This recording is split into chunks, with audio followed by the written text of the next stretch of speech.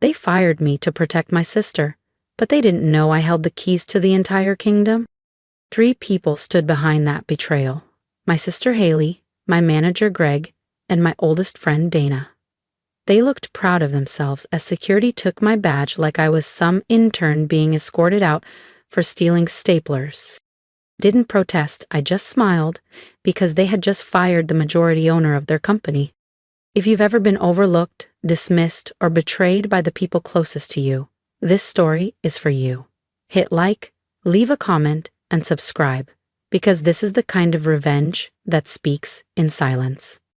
Just 6 months ago, I was Noah Green, 32, working quietly in the IT department of a manufacturing firm in Louisville. The guy who got called when the printers jammed, or the conference screen froze during board meetings. No one noticed me.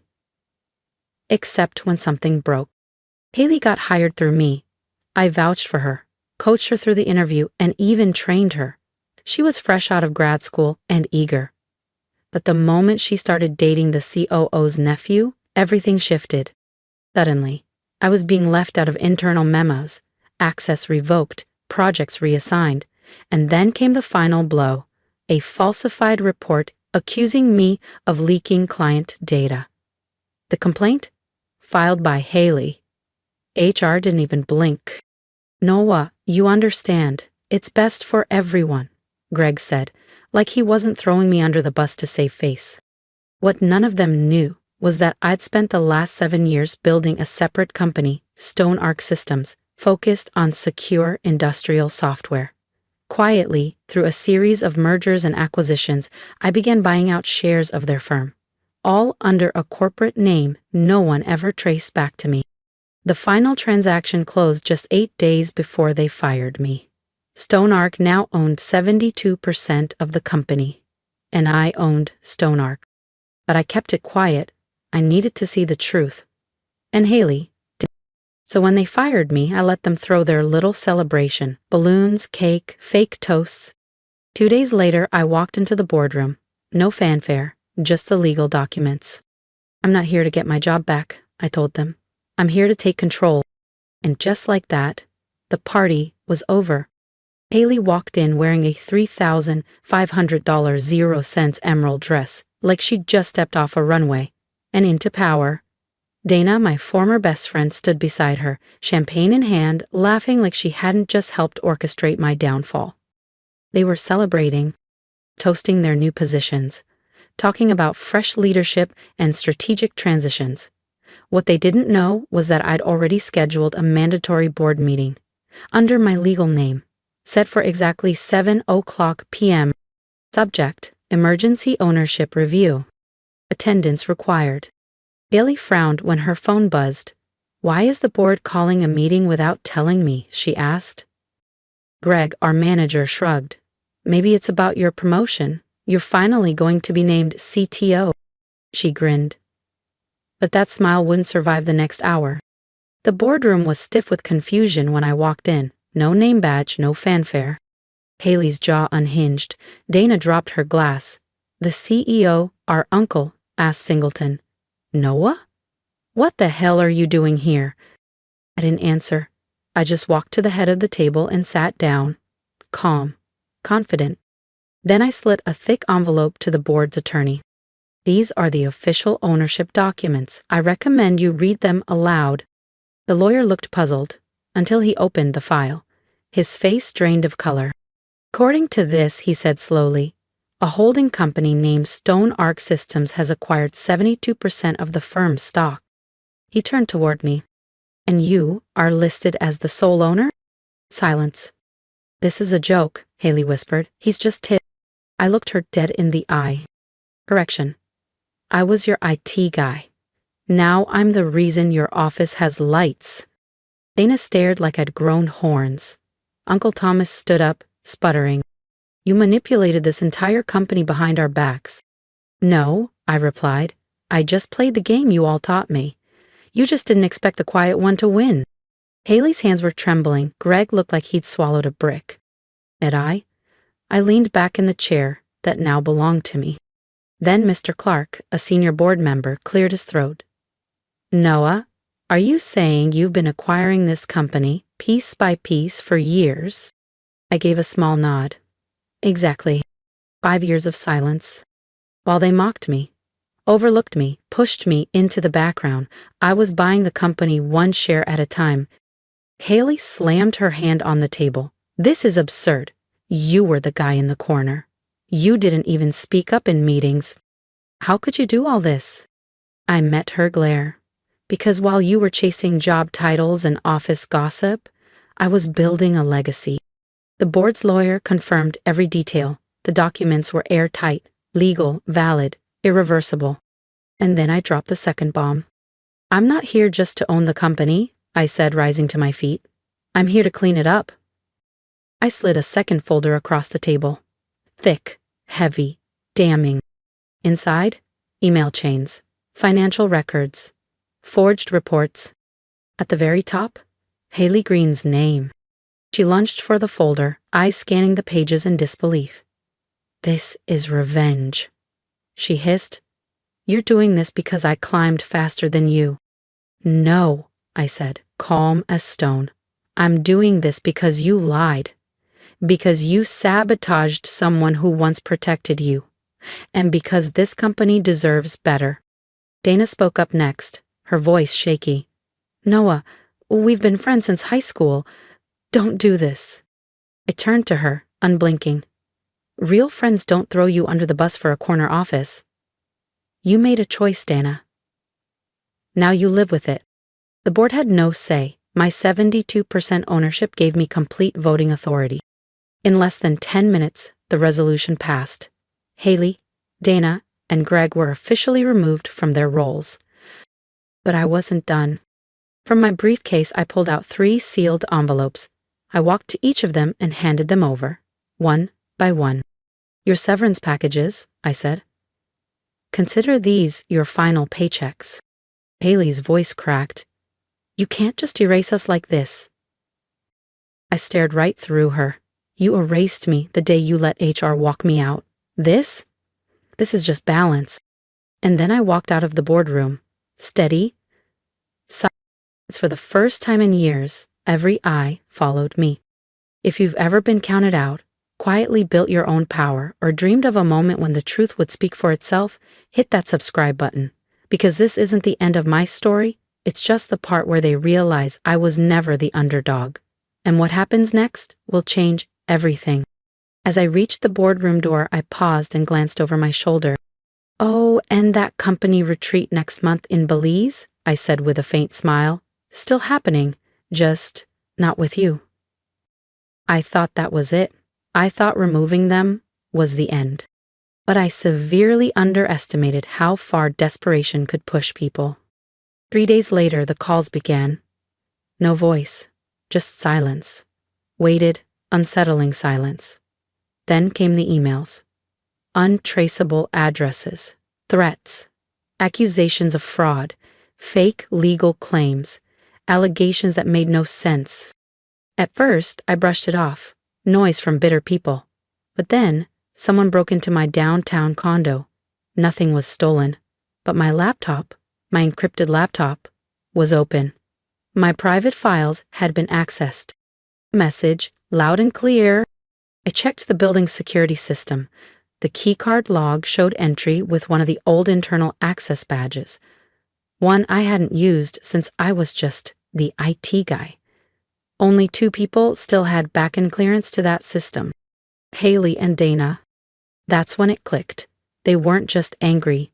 They were unraveling. Later I learned Haley had tried launching a startup using stolen fragments of our proprietary code, data she smuggled out before being fired. But when investors did a background check, the scandal came up. No one touched her. She was blacklisted. Dana didn't fare much better. She tried to land a position with a major competitor, but they already knew. Word had gotten around.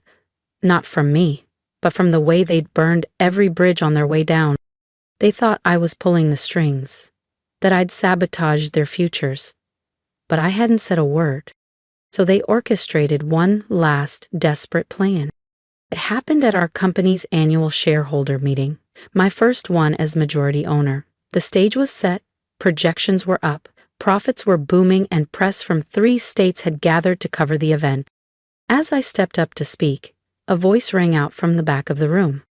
"And Noah Green is a fraud." It was Haley. She marched down the aisle, heels striking like thunder, waving a thick folder in the air. "This," she said, holding the file high, "proves Noah's holding company was built on stolen software and fake front companies. He doesn't own green tech legally." Gasps, murmurs. Reporters turned. Board members froze. All eyes shifted toward me. I didn't flinch.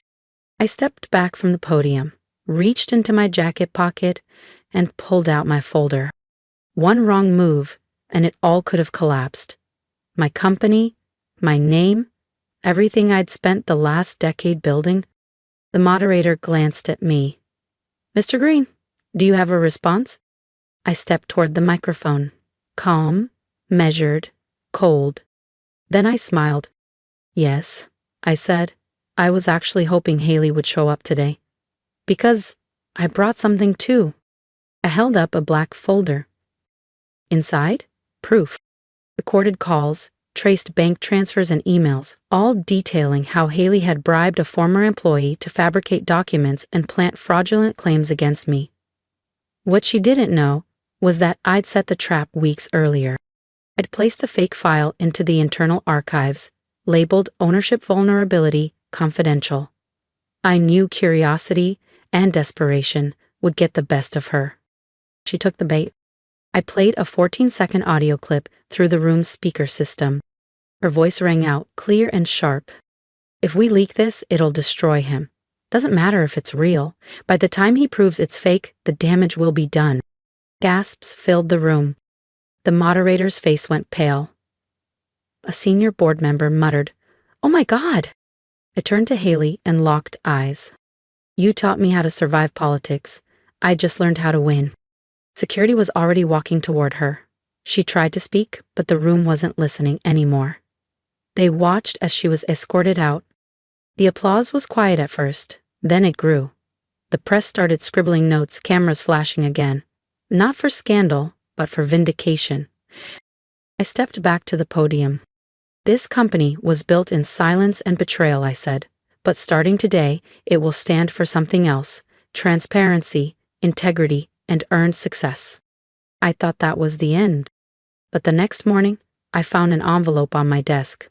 No return address, just a gold-embossed seal I hadn't seen in over a decade. My hands froze. Inside, a single handwritten note. "We know who really funded Stoneark Systems. You're not the only ghost in this story. Let's meet, D." My heart stalled. There was only one person who ever signed notes that way. Daniel Carter, my ex-business partner, the man I thought had died in a fiery car crash 15 years ago. What if he was alive? That meant everything I thought I owned might not be mine alone. See, when I first built Stoneark, before it evolved into a holding giant, Daniel and I were just 2 broke tech junkies, coding in a storage unit after our shifts at the local electronics store. He was brilliant, ambitious, but reckless. He wanted shortcuts, I wanted foundations, and back then he tried to sell our earliest software to a foreign buyer, someone flagged in red on every federal watch list. I walked away. He disappeared. Or so I thought. But if he's back, then my next battle is coming fast. Red flags were everywhere. I refused to sell. And then, the crash. Daniel's car had gone off a bridge on a rainy night in Nashville. The police never found a body, just fragments of twisted metal and an empty driver's seat. I mourned. I moved on. I built Stoneark Systems from scratch. Or so I thought. Then that letter arrived. I followed the instructions to an abandoned warehouse on the outskirts of Louisville. Midnight, fog hung low over cracked pavement. I parked and waited. He was already there. Same smirk.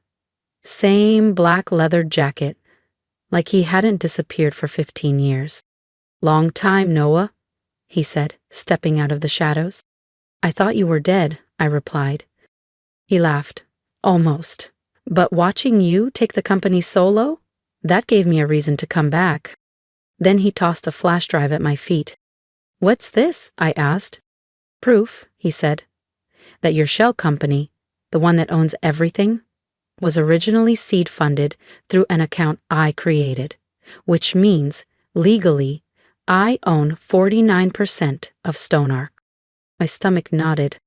That's not possible. You were gone. You signed over everything before. I forged the signature, he interrupted, eyes gleaming. And now I want in. Half the profits, half the power. He leaned in, voice sharp, or I go public. The board, the press, your investors, I'll burn it all down. The weight of his threat hit hard. I had just silenced betrayal, rebuilt my reputation, and now the ghost of my past had come back with a matchbook. But I didn't flinch. I looked him square in the eyes and smiled. You didn't come back for power, I said. You came back because you're broke. His smirk faltered. You wouldn't have waited 15 years if you had anything left. That flash drive? It's a bluff. He stepped forward. Want a bet? I reached into my coat and handed him a folder. I already knew you were alive. I've been watching the offshore account you used to fund Cynet since last year. And I bought it. 6 months ago. He blinked. You? What? You used a dead man's account, I said. And I used it to bury you, legally. You don't own 49% of anything. You don't even exist on paper anymore. Right then, the security lights in the warehouse snapped on. My private legal team entered from the side door. Daniel took a step back. You set me up, he whispered. No, I said, calmly. I finished the story you tried to erase. He didn't argue, he didn't threaten, just stood there, silent, as my attorneys escorted him out of the warehouse. I stood still, breathing deep. For the first time in years, I wasn't fighting shadows. I wasn't surviving betrayal. I was free. No family left. No friends from the past.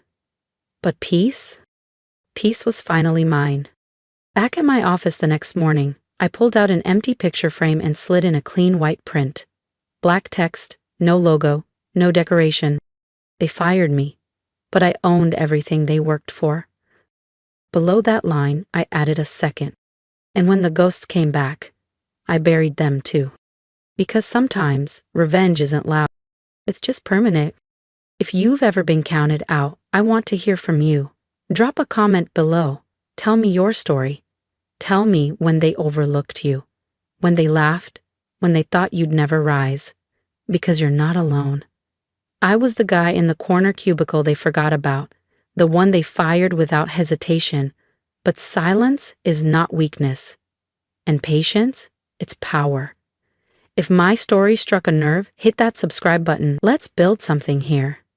A space for people who've been underestimated and came back sharper, stronger, and unstoppable.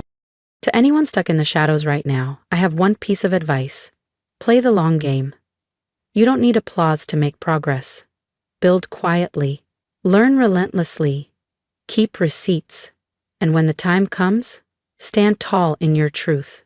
Because the world underestimates quiet storms until they arrive. I didn't need to shout.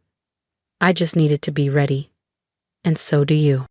This wasn't just my revenge. It was a lesson. Sometimes your best move is letting them think they've won. Until you're ready to show them you were the boss all along. Now tell me, what's the power they don't see in you yet?